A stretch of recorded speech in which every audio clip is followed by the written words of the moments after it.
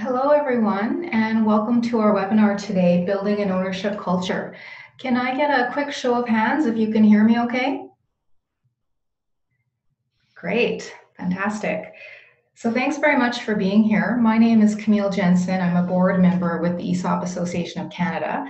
And before we get into our webinar, I'd like to tell you a little bit about the association for some of you who may be new or wanting to learn more. We have been around since the 1990s, but we've actually only recently become quite active again in the last 4 years. And our goal is really to promote employee ownership as a better business model. And what many people aren't aware of is that employee share ownership plans, or ESOP for short, is well known and used in other countries, like the United States, where since the 1970s, they've had legislation to promote employee share ownership plans. Similarly, in the UK, about 5 years ago now, the government appointed a lawyer, Graham Nuttall, to review employee ownership and come out with a report letting the government know more about the model and, if beneficial, ways that they could promote it. And what that report found, you can look it up if you'd like, it's the Nuttall report, was that businesses with employee share ownership plans had improved business performance, increased economic resilience, happier employees, all those things every business owner wants. And so as a result of that, the government actually put forth new legislation to encourage greater incentives for employee ownership, but also they had a very ambitious goal. They wanted to make 10% of their economy employee-owned by 2020. So there's some really exciting things happening in the employee ownership world. And certainly here in Canada, our role is to raise awareness of the model. And so we do it through things like our webinars. We offer a membership. So if you're interested in employee ownership, or you are a company with an ESOP, we offer a free membership, and as part of that, access to these free quarterly webinars. And we try to balance the webinars between, subjects that would be of interest to people just learning about the model, as well as companies that already have ESOPs. So this is our second webinar this year. We're a little behind, so watch for 2 more coming this fall. We also have an annual conference. This will be our 4th year running the Canadian Employee Ownership Conference, and that it's taking place in Edmonton, Alberta this year, June 4th to 6th. So this is a great, real intensive way to learn a lot about employee ownership over 2 days. We have speakers from successful employee-owned companies. For example, last year we had WestJet speak. And we also have experts and advisors there for you to ask any kind of questions related to your own business that you'd be interested in learning about regarding employee ownership. So you can find more information at esopconference.ca or our own website. So today we're going to be talking about building an ownership culture and why ownership is important. Sorry, John, did you just raise your hand? We have a question? No? Okay. Today we're going to be talking about why ownership culture is important. So if you start to get to know the employee ownership world, you'll see very quickly that culture is talked about a lot. And that's because if you really want to see the transformative results of employee ownership, you have to have an ownership culture. So a great example of that is WestJet. WestJet doesn't just have an employee stock purchase plan, they have an ownership culture. Owners care. So there are many ways to create an employee ownership culture, but certainly there are some best practices that are well known and well used by employee-owned companies. And that's why we're very excited to have Patrick here today with us to share a little bit about his company's model of employee ownership and that evolution of growing into that culture, because of course it does take time. So a little bit about Patrick. He is a fellow board member on the ESOP Association Canada board, and he's also one of approximately 50 employee owners at Metcalf Archaeological Consultants. So Metcalf is 100% employee owned now, didn't start that way. He's been a participant in the company's ESOP since it was created in 2002, and he's served multiple terms on the ESOP Communications Committee. And he's also one of two co-trustees of the ESOP from 2008 to 2016. So I'm sure Patrick will touch on this as well, but just so you're aware, Metcalf Archaeological Consultants is actually a US company. So some of the things that they need to do around reporting and compliance are very US based and they don't apply to Canada. However, the culture piece, doesn't have any kind of boundaries. And so that's what he'll be speaking to today. Patrick also sits on Metcalf's ESOP Administration Committee, and he's responsible for tracking participation in and distribution from the plan. So welcome, Patrick. Thank you very much, Camille. Can everybody hear me? I can't see your hands raised, but hopefully you can all hear me. Make sure I'm off mute. I'm good. All right. So I'm just going to flip right to my first slide instead of this title slide. But if after this webinar anybody wants to get in touch with me, you can certainly use the contact information on that first slide. If you is this going to be recorded, Camille? Yes, it is recorded, and good point, Patrick. I forgot to mention about questions. Feel free to either raise your hand or use the Q&A box, I believe, to ask questions. And feel free to ask them throughout the session, and we will let Patrick know if he doesn't see those. We'll also leave time at the end.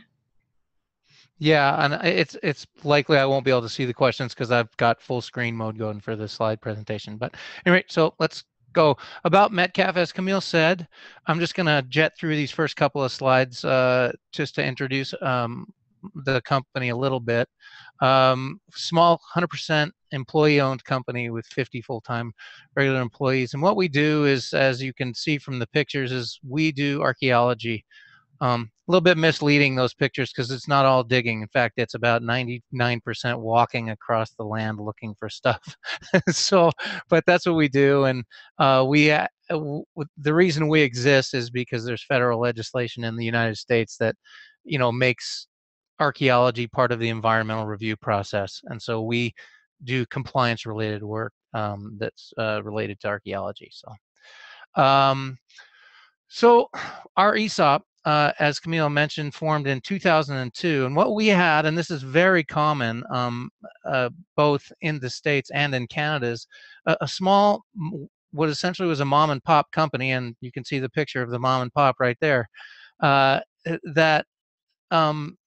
they started the company in 1980, and they were thinking ahead really well, because when they were in their mid 50s, they started thinking, started planning an exit strategy instead of waiting until they were 63 or 64 or 65. And so they wanted to figure out a way to get out, and they realized it was going to take a while, unless the company was just flat out acquired by somebody else. So they weighed various alternatives. Do they want to be acquired? And if they want to be acquired, is it going to be an inside? Are they going to sell to existing employees, or are they going to sell to another company or individual? And one of the ways to, or are they going to form an ESOP? And an ESOP is essentially an outside sale, but it's in the States, it's a different entity. You're essentially selling the company to a trust. So the employee share ownership in the States typically is a different animal. It doesn't have to be, but it typically is, because of various tax advantages and stuff. But we won't get into that unless somebody has a question about it. It can devolve pretty quickly into a complicated discussion. So formed in 2002, when we were just at the very lower threshold of what really was going to make it work, which is about 20 full-time employees spread out over 3 offices. And so as part of their gradual exit plan, Mike and Sally decided that we would start with 49% owner finance sales, so that, if things went south, they would still have control of 51% of the shares, and be able to, guide the company in a different direction if the ESOP didn't work out. But essentially, even with that attitude of retaining control at first, they were definitely committed to a majority of ESOP ownership, and actually flat out 100% ESOP ownership eventually. And that's where we got to in 2007. after the first 49%, the loan that bought the first 49% was paid off, we took out another loan and paid the rest of that off. So from 2007, we've been 100% employee owned. In 2014, we became debt free. So, all right. So I'm just gonna, as Camille said, this ownership culture is really important. You can do all this stuff without having any employee share ownership. Okay. In fact, it's probably a good idea for most companies to do a lot of things that I'm going to talk about today that build an ownership culture. But it certainly helps if people have a slice of the pie in share ownership. Okay, but again, they're not totally tied together. Certainly, if you have share ownership and you're not trying to build an ownership culture, then you're going down a shaky path. I believe, anyway.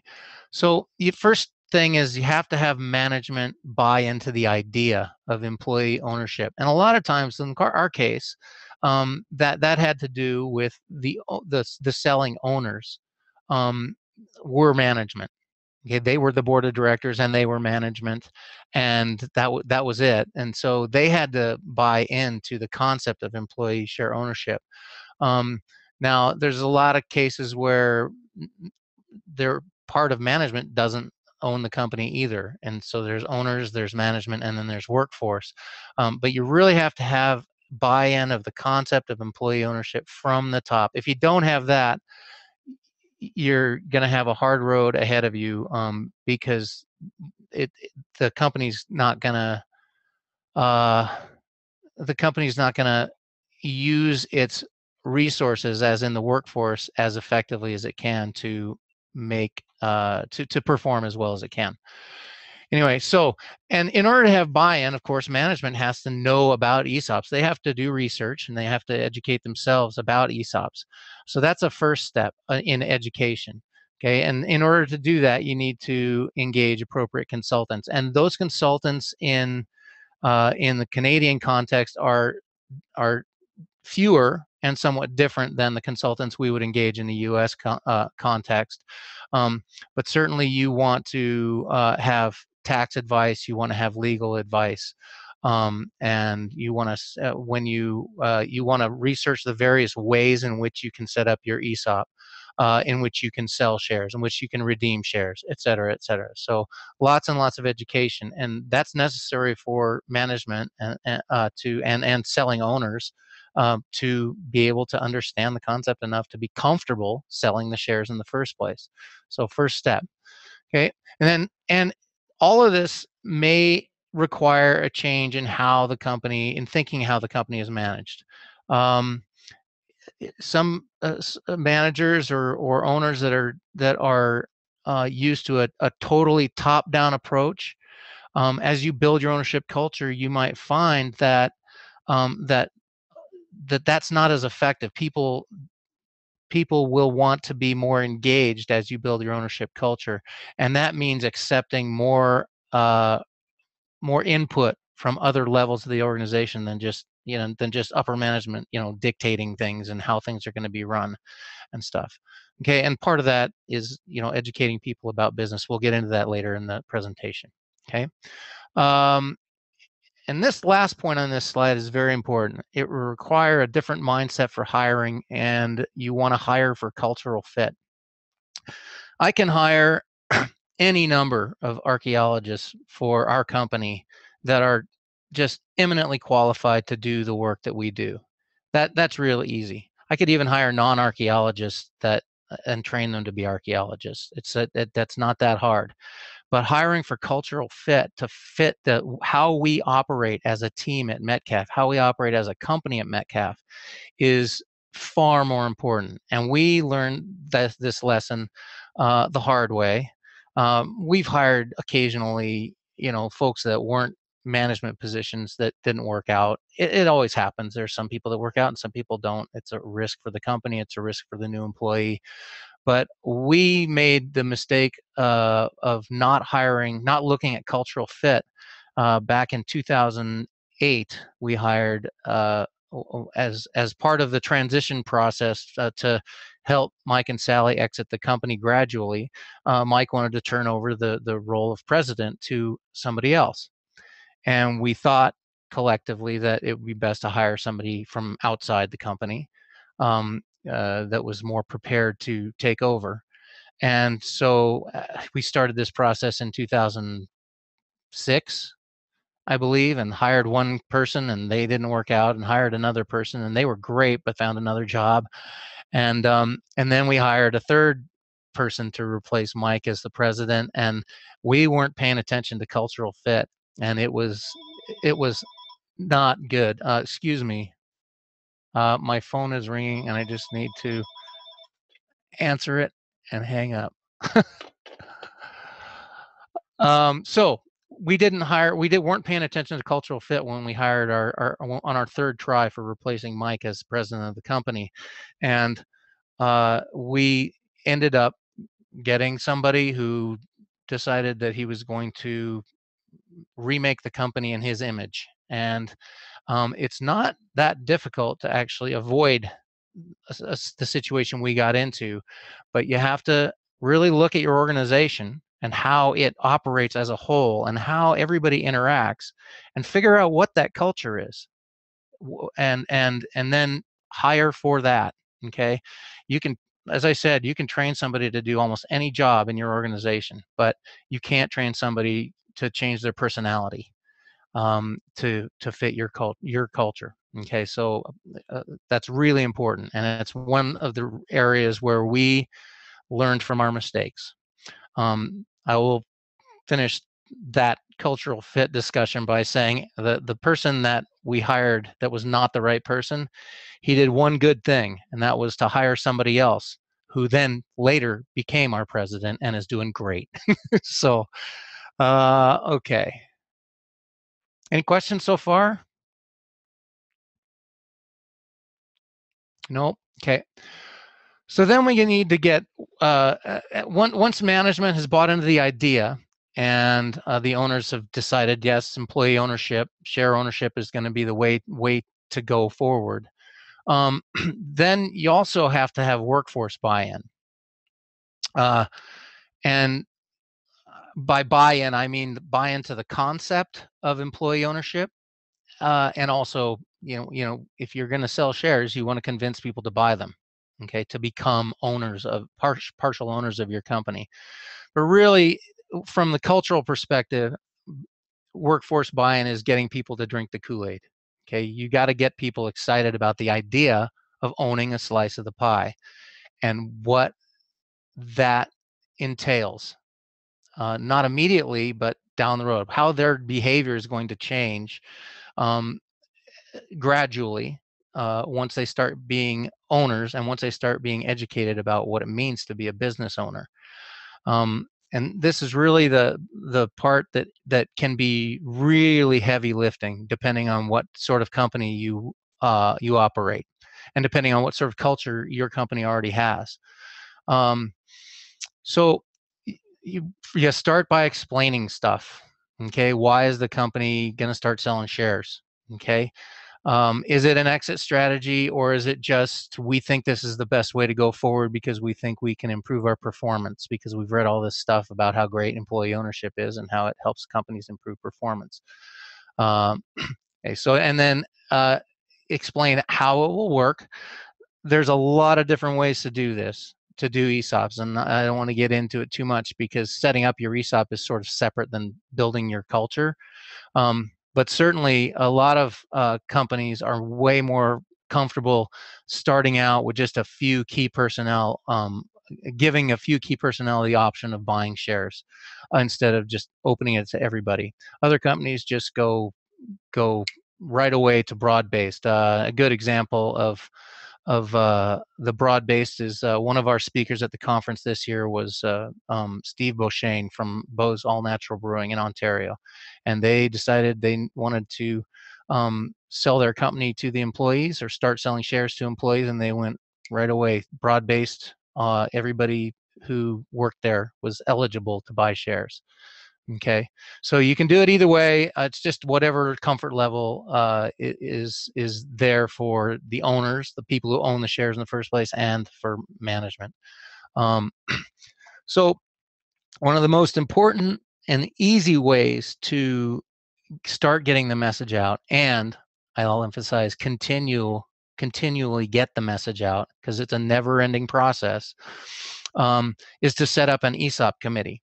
And the ESOP committee is simply a group of employees that can either be appointed by management or the owners, or they can be elected by the employees, by the other employees of the company, or you can start by an appointed committee that then sets up some bylaws that develops an election process, which that's exactly what we did at Metcalf. There were 3 or 4 of us on the initial committee that were appointed, and then we developed a set of bylaws. Now we have elections, and we have 6 people on the committee that are, so that the committee represents all of our different offices. We have at least 1 or 2 people from our 3 main offices, and we've got a bunch of remote employees that also are eligible to sit on the committee. So you can do these committees a whole bunch of different ways, but it's important to set one up, because the committee you set up their first task is to become educated about your ESOP. Okay, that's not their main goal, but that's their first task, because if they're not educated about the ESOP, they can't get the message about the ESOP out, and they can't start the work of developing a really super engaged workforce. And that's really what their job is: getting the message out and developing that engaged workforce. Okay, and getting feedback from the workforce to kind of act as a liaison with management. All right, so I'm going to start with the negatives here.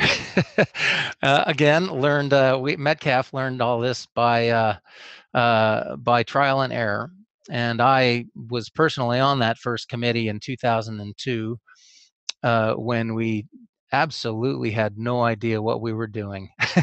So we didn't have very good boundaries. We didn't have a well-defined mission statement for the committee. We didn't probably have a mission statement, if I remember correctly, and our responsibilities were not clear. Were we a communications committee to communicate ESOP-related stuff to the employees, or were we an advocacy committee? And we went down the road, even having read all sorts of materials that didn't give us any idea we should go down this road. But we went down the road of advocacy at first, and so we were liaising between the employees and the 2 owners about things like what per diem policy should be when we went off to do archaeological field work, and how much we should get paid for that, and all sorts, and whether it just got into really inappropriate detail in terms of advocating for the employees versus communicating about the ESOP. And we just didn't understand at first. And so what happened was that we just fizzled. The committee fizzled. It was never disbanded or anything like that, but we didn't know what we were doing, so we just fizzled. And then we were reformed about 2 or 3 years after that, and since then the committee's been on the right track. However, another problem we had was that we didn't prevent the employees of the company. And keep in mind that we still only had about 25 or 30 employees, so you wouldn't think that communicating the ESOP would be all that difficult. But again, we weren't focusing on the ESOP as much as we should.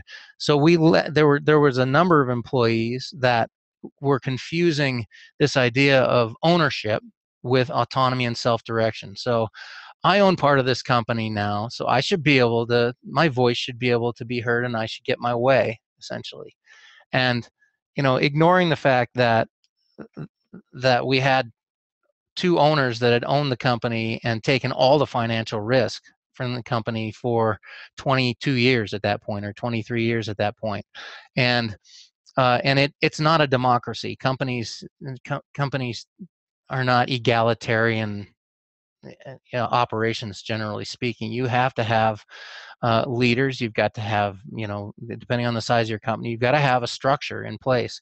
And this notion of sort of autonomy and self-direction and anarchy was one that we didn't do a particularly good job of quelling at first. But we fixed that down the road when we started doing some of the stuff that does work, which I'll get to pretty quick here. So we also had lack of buy-in from employee owners, and then by buy-in I don't mean buy-in of shares, because that's not how we do that in the States. The shares are actually just in a retirement account for us, but we didn't have buy-in for the concept of employee ownership. And I don't know whether this had to do with the fact that archaeologists are typically very wary of authority or what, and I don't even know if that's true, but we had people that were like, well, I don't get this idea that that I'm going to have shares in the company. I don't trust that. What's the company trying to get out of me? Was the attitude of some employees. That problem sort of works itself out, because once they start getting their share statements and they realize that they now have $40,000 in their retirement account when they didn't actually have to put money out from their paycheck, that you start getting buy-in pretty quickly after that.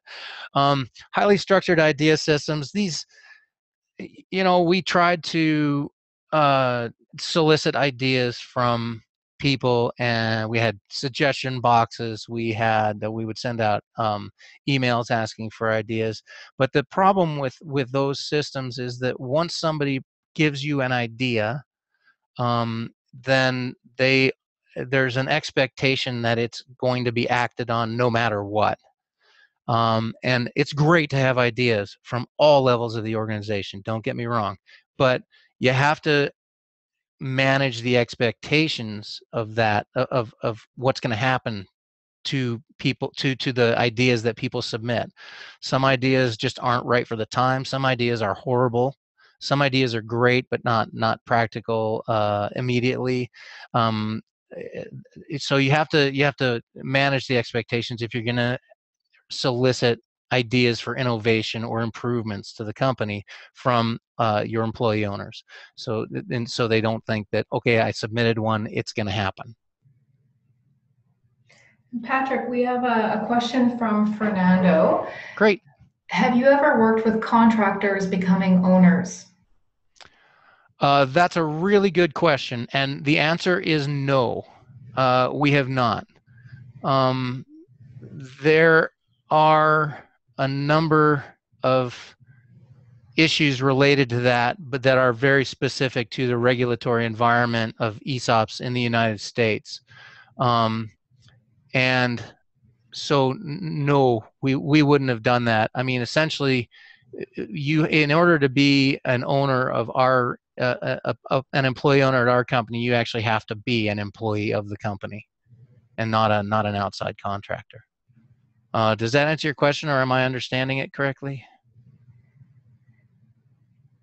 Yeah, I think while we're waiting for Fernando to answer that, I would just add that in Canada, it would be up to the company specifically to make that decision. So do they want to allow, as you said in your follow-up question, long-time contractors to be able to buy shares in the company? It would be specific to each company would make that decision on their own. It's certainly a possibility.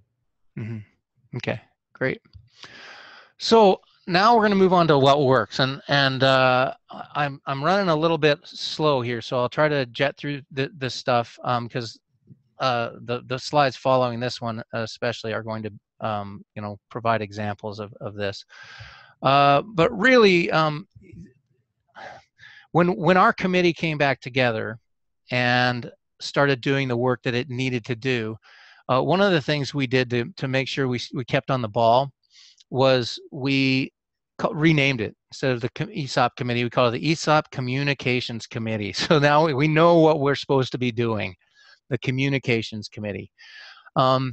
Another thing we did was, since I was one of the trustees of the ESOP at the time, I was not on the committee, but I would sit in on all the meetings and make sure that if they were starting to go astray, that I would kind of lead them back into the fold, and make sure that we were communicating ESOP related stuff, and ownership culture related stuff.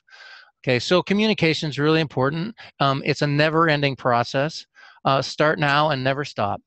But don't overdo it, and don't go into excessive detail all the time. Sending out a weekly email about the ESOP or about ownership culture, people just get overloaded. Everybody has their inboxes are overloaded already, and then the more overloaded they are, the more the easier it is to just simply hit delete or just skip the message and not read it. And you want people to read it, to take in your communications and think about them. So don't overdo it. The good thing is you can use lots of different topics, because you've got the ESOP, so you can talk about share ownership. You can talk about your industry news. So you can talk about business related things, and we'll get to more of that later. You can talk about employees, et cetera, et cetera. So there's lots and lots of different topics that you can throw out there that have to do with building and maintaining an ownership culture. So people aren't reading the same type of stuff over and over again. Okay, so business education is the next big point here, and you need to connect daily activities to ownership. Okay, what does it mean to, what is your daily behavior at work? How does that affect the company's performance? How does it affect and it doesn't have to be just financial performance. How does it affect the attitudes of your fellow employees? Are you making a positive contribution, or are you just kind of floating along, or are you the person that nobody wants to work with? So you need to connect people's behavior to the ownership of the company and its performance, both financially and otherwise. Okay, and one really important thing that to at least consider is open book management. So showing the employee owners the financials of your company. Now, you don't have to do this to start, and we certainly did no such thing. In fact, it took us many years before we even started to develop a path towards open book management, and we're still not there yet entirely. Okay, so I'm going to go through a few things that we've really found help a lot. And again, we're kind of a dispersed workforce. We have offices in Bozeman, Montana, 3 offices in Colorado, 1 in Bismarck, North Dakota, and then we got a guy in Salt Lake City, and I live in Alberta. So we're all over the place. And the different offices have different sets of work, and we've got different processes in place to take care of our work the best way we can for our clients. So in the past, we didn't always talk that well with each other, and we operated as, when we were just 2 regions, Colorado and North Dakota, we operated so separately that we didn't really, it was more like the divisions almost were competing against each other, and it was unhealthy, and it was not very good for the bottom line either. So what we started doing, because we're such a dispersed company, we started having these biannual, what we call ESOP summits, and everybody gets together, and either in North Dakota or Colorado so far, and we get together and we have presentations. Ann and I, as trustees, would present stuff about the ESOP. We would have our president present stuff about how the company's doing. Our regional managers present stuff about the company, about what's going on in each region, but really the whole company. It's about the whole company coming together and as it says on the slide here, building community. I mean, there were people at every summit. There's people that I meet that I've never met before. We don't have a lot of really fast turnover at Metcalf because it's a really great place to work, but there's always somebody I haven't met. And when we started doing these summits, there were people that had worked for the company for 5 or 10 years that I'd never met, and that's just sad. So getting everybody together in the same room and presenting the company as a company, and where the company wants to go, and hearing from employees about where they think the company wants to go, that really builds community. And you get all these ideas shooting back and forth between peers. And by peers, I mean, like, all of the field technicians, sure, they're peers. There are each other's peers, but we are all peers of each other at Metcalf. The person who has worked for Metcalf for 1 year is a peer of the president who's worked for Metcalf for almost 10 years, and they're also a peer of the longest serving employee, which has worked for 35 years. So all of us are peers, and we all sit together and mix it up at various tables, as you can see on the photo, and talk about ideas to make the company a better place, both financially and, again, non-financially, just a better place to work. Okay, some examples that for the summits are we sit down at round tables, and the round tables will typically have a topic, like how much do we want to get into technological aspects of archaeology, recording sites on tablets versus paper, stuff like that. But you pick a topic, and then there's 6 or 8 people, and they sit around and they shoot ideas back and forth, and you have a note taker. And at the end of the summit, those notes are all compiled, and then they are sent out to all the employee owners so they can see what we kind of came up with as ideas. And then the ESOP Communications Committee takes those ideas and says, okay, let's pick this one, and this one, and this one. We've got action items. Let's go. Okay, so you don't just meet to meet. You meet to build that community, but also get ideas that you're actually going to act on that will improve the performance of the company. Okay. Another thing we do, which does not involve the summits, is we get together maybe 6 times a year and do brown bag lunches. We'll find somebody to do an archaeology talk, and it's company sponsored time. And a lot of times we've got folks, even in one office, they'll be dispersed across a whole state doing archaeology in the field. So you don't always get to sit down with your cohort in your office very often. So we'll do these brown bag lunches that are company sponsored time. It's all of a half an hour, maybe 6 times a year. It's super affordable, and it's a great way to get people together to share ideas. Fast facts is another one. Like I said, don't overdo the communications, especially with email. But we do them about these things called fast facts about twice a month. But we also, it's only about 8 months of the year, if that, 7 or 8 months of the year, because during field season, everybody's gone and they're not checking their emails in the hotel room regularly anyway, and they've been out in the sun for 10 hours. They're not they're not worried about what's going on in the world of employee ownership when they get back from a hard day in the field. So we lay off during field season. So, but these short email communications, I mean, we're talking about 3 to 5 paragraphs. They will cover all sorts of different topics. Like I said, there's lots of topics you can pick from, so that you're not just harping on the same thing over and over and over. And you can accept ideas from people that you can incorporate in these fast facts as well. For instance, we were sending out fast facts that had only to do with the ESOP and business literacy for a long time. And then somebody said, I really want to hear what everybody else is doing in the company. What are they working on? So we decided to throw in these project spotlights to keep it relevant. After all, we're archaeologists. And so people don't just want to hear about their retirement plan or the business of Metcalf. They want to know about what's going on, who's in a pit somewhere in North Dakota, and what are they finding.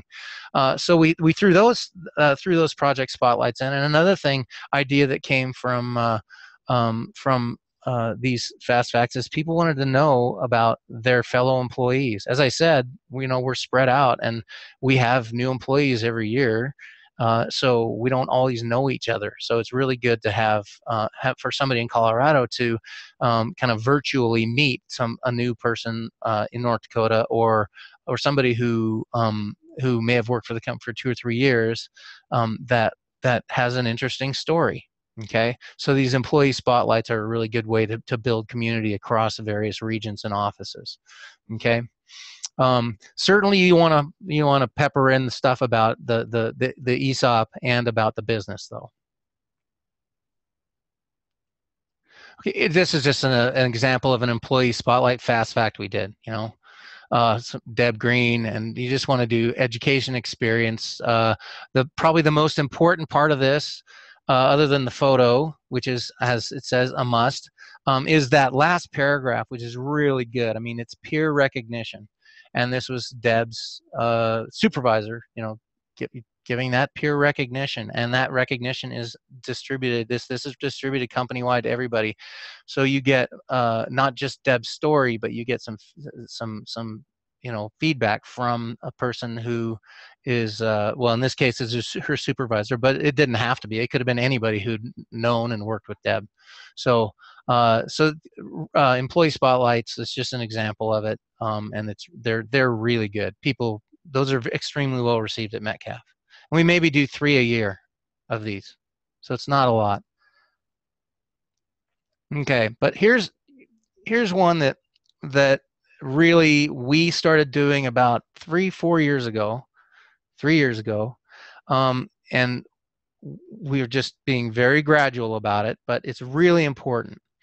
And because it really brings home how, when people understand business, they can then understand what it means to be a business owner, which they in effect are, because they own shares in the company. And you want people who own shares in your company to understand how the company operates. And for a long time, we had people who were fine employees, but they really didn't understand anything about how our business runs, or any business for that matter.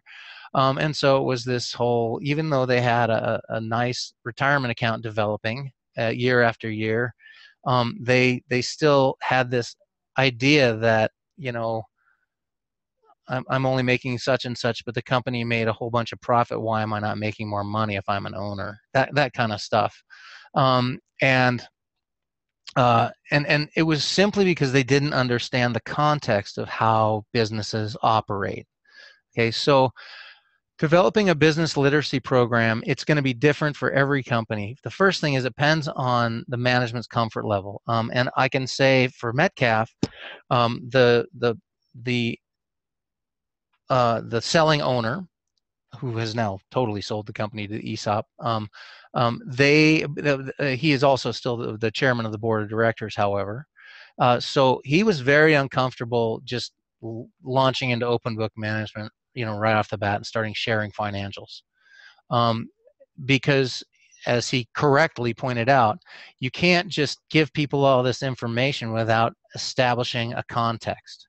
Okay, the context, and making them understand not just our business, but business in general, some parts of business in general. So what's really important is when you're developing any kind of program to start educating your employee owners about business, you want to set up a plan, but don't be surprised if it needs to change after a year, or after 6 months, or after 2 years. You're going to have new people come on board, you're going to have people leave, and some things may work and some things may not, so you gotta stay flexible and also be patient, okay, because it's going to take a while. So what we did, and what has worked really quite well, is we started at a very general level, not with real company numbers. We started just talking about various aspects of what you look at when you're looking at company financials, profit and loss statement, balance sheet, all sorts of stuff like that. And just basically taking information from Investopedia or some website, and just starting the very basic, what are these things, okay, and then moving from that to explaining and showing examples with not real numbers, examples of how these things relate to Metcalf, okay, to our business, not just business. So you start with the business in general, then how they relate to our business, what we look at on our profit and loss statement. And then you gradually communicate the more specific information and more specific information. And using like at the summits, we started using pie charts or bar graphs to show various elements of the company's real financials, but you're not using the numbers, you're using percentages.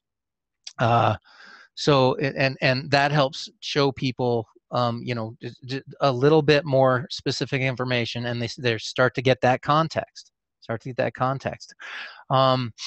And one of the things that we found is this is a really good level to be at, is this using the pie charts to show percentages, because you can then show people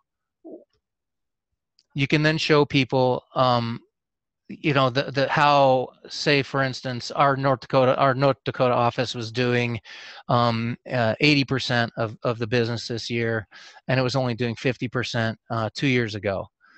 Well, and then Colorado is making up for the balance of all of our business. Well, that's great to show people that, but then to get them, ask them leading questions, or just talk to them about well, why do we think that is?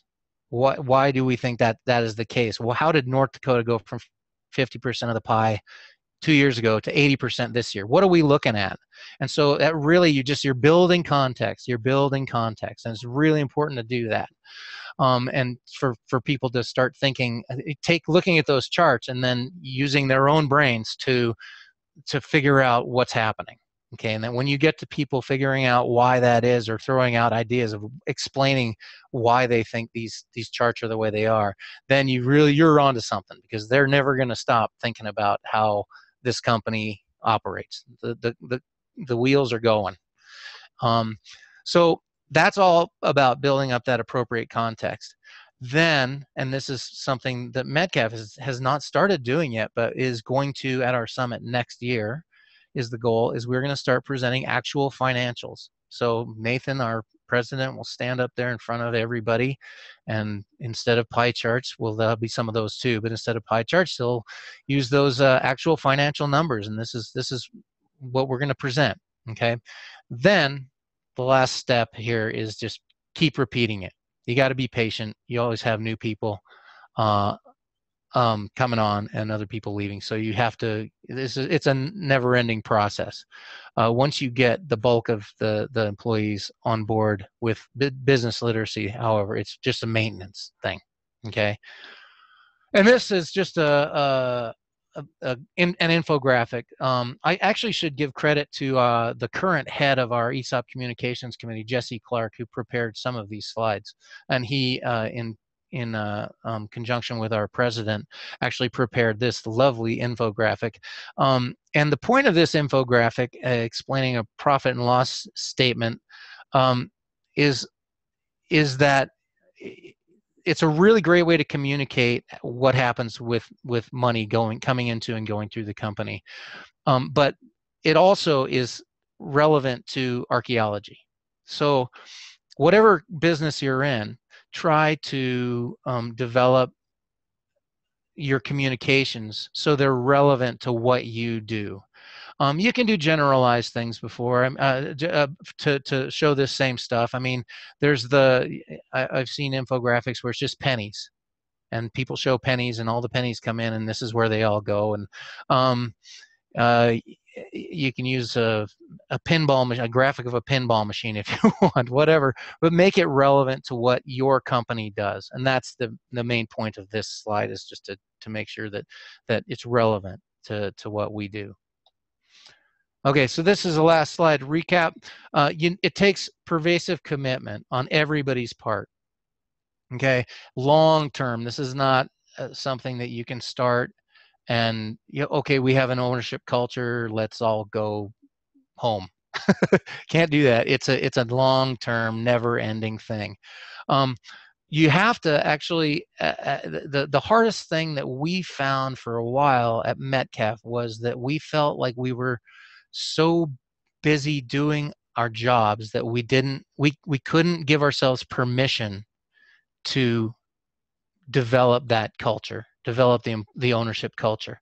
You have to give yourselves permission, and you have to make sure that the board and management allocate resources. And really, most of the resources that are allocated to us to develop ownership culture and maintain it, it's time, and it's not a lot. I mean, I think the goal is for our ESOP Communications Committee, each member to spend 2 hours a month doing work for the committee. So we're looking at 12 hours a month total on that committee, and it's not a huge allocation of resources. The other resources that need to be allocated in our case is financial resources to plan these summits, these company-wide summits every other year.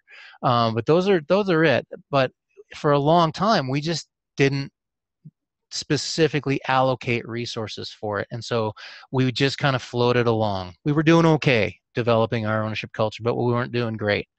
When we started allocating resources for it, that's when we really started making strides.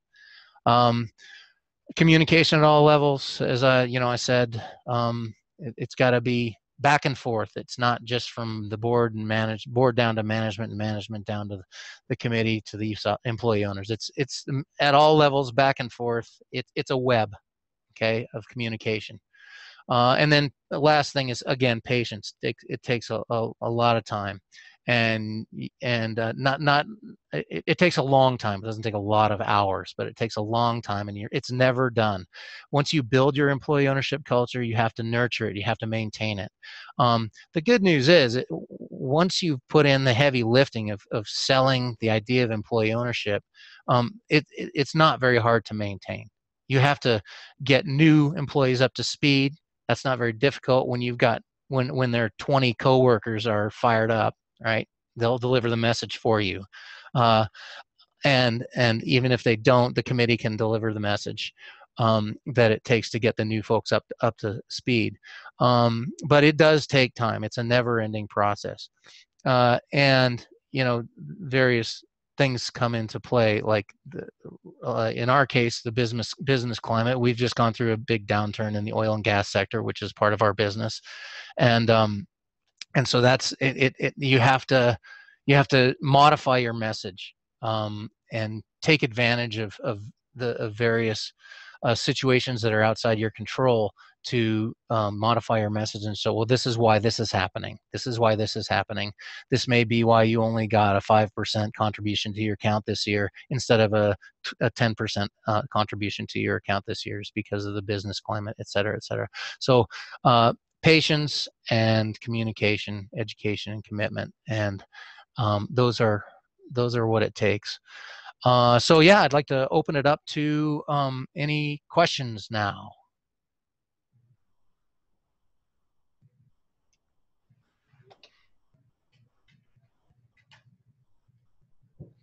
So if you do have questions, we have a Q&A box. It's on the bottom of my screen. It might be on the top for you, and you can type something in.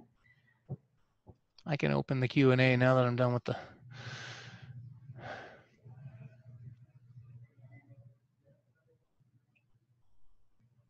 Questions or comments?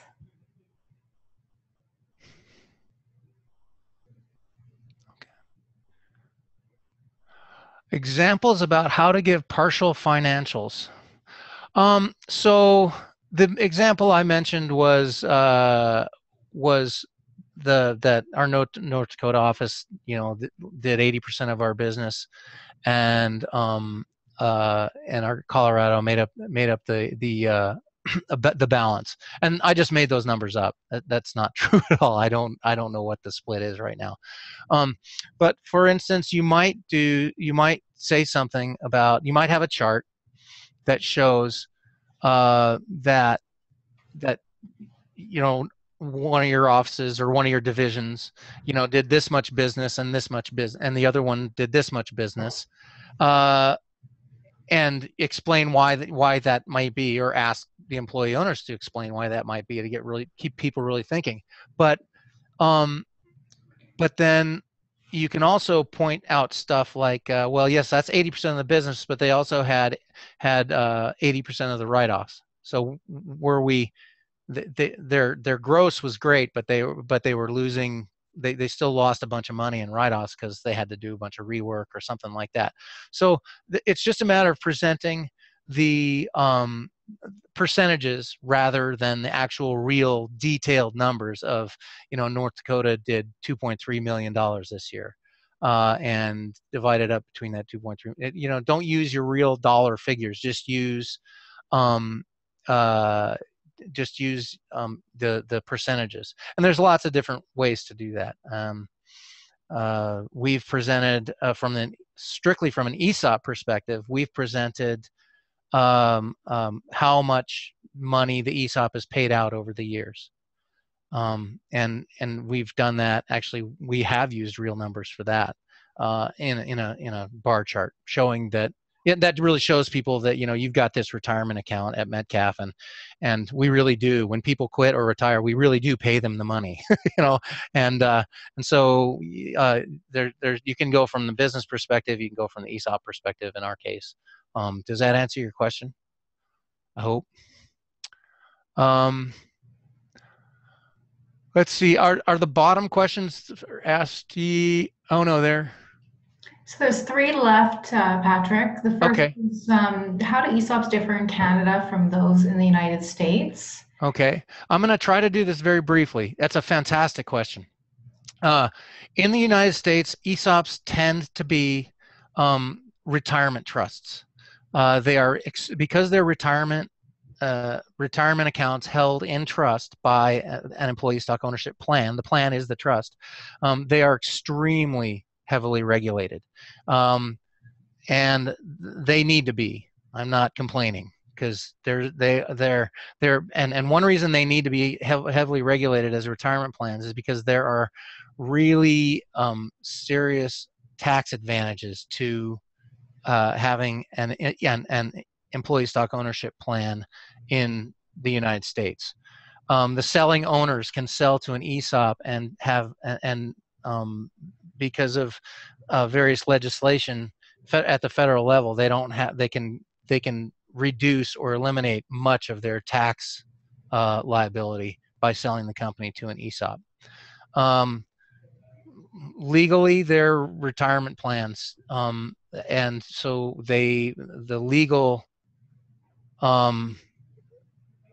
essentially.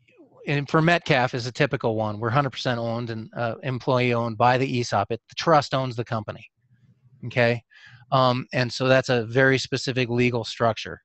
And instead of various individuals owning a bunch of shares, and that's really in a nutshell what and then in Canada, most plans are what you could call an employee share purchase plan, where companies set up a system, an ESOP, because the employees end up owning the shares, but they end up buying the shares. The employees end up buying the shares. So, and it's in Canada, it's called an ESOP. In the United States, the same system that's used in Canada is typically called an employee share purchase plan, or an ESPP, instead of an ESOP.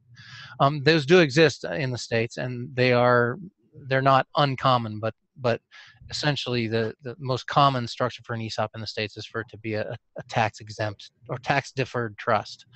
And so that's the main difference in structure. Is the Canadian ones are employees actually buying shares in the company if the company offers them for sale. Okay. So let's see here. How did you educate new shareholders on responsibilities and obligations involved? That's a good question. Essentially, by trying to make people equate their everyday actions with, or relate their everyday actions to what effect those actions are going to have on the company. And again, not just financial performance, but on the company, on whether the company is a good place to work or not. So tying people's behavior to some aspect of the company's performance that affects that affects, you know, how people like to work the company or how the company performs financially. Essentially, we say, look, our job, we're in the service industry, so our job is to do the work our clients hire us to do and do it for as little of their money as possible. And so an example I've beat into the ground over the years is we do a lot of travel and we to do field work. And if I've got a crew of 4 people and I stop every morning of a 9-day work session for 20 minutes, so my crew can get their lunch at the mini mart next to the hotel, then that's a whole bunch of 20 minutes add up if your project lasts all summer. And that's money that we're paying our staff to go buy their lunch because they're on the clock. Or if my staff is all lunched up, but I haven't gassed the truck up and I have to spend all that money. So little tiny things, little tiny changes in behavior. We teach people that little changes in how they operate on a daily basis can really make a difference in how well we serve our clients. And if we serve our clients well and spend as little of their money as possible, they're more likely to come back to us. Okay, and so just delivering that message over and over and over is really important. Okay, so that's just an example of how we would educate people on the importance of ownership. Can an owner still keep majority shares and make an ESOP work? Absolutely. Yeah, absolutely. There's lots of ESOPs, especially larger companies, some publicly traded larger companies even, where the ESOP owns 30% of the company.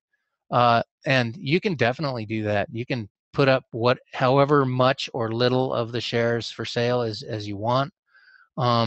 Certainly if you are a selling owner who's, you know, put in all that blood, sweat, and tears for years, you want to see your company continue to thrive, even as you phase yourself out and then eventually retire altogether. You've built this thing and you want it to continue, and so keeping a majority share of the company, at least for the short term, is a good plan for a lot of selling owners. It really is. You can do whatever you want. Yep. All right. No more open questions. Yeah, and we're just a little over the hour. So thank you very much, Patrick. Do you have a final slide, or can you share? You mentioned people could follow up with you if necessary. Yeah. Let's just go. Let me close the window here. Let's just go straight back to the beginning. There. My contact information is down there at the bottom. It says Lakewood, Colorado, but that's my Alberta number, as you can see from the area code. And you can contact me at pobrien@metcalfarchaeology.com. And I'm happy to answer any further questions that I am capable of answering. If you ask me one I'm not qualified to answer, I will certainly find somebody who can, and I'll get back to you. And thank you very much all for attending. It's great. I hope the webinar was informative and helpful. Okay, thanks, Patrick. And some people did share in the comments that they found this very helpful and practical. So we appreciate your time. Thanks, everyone. Have a good day. Thank you.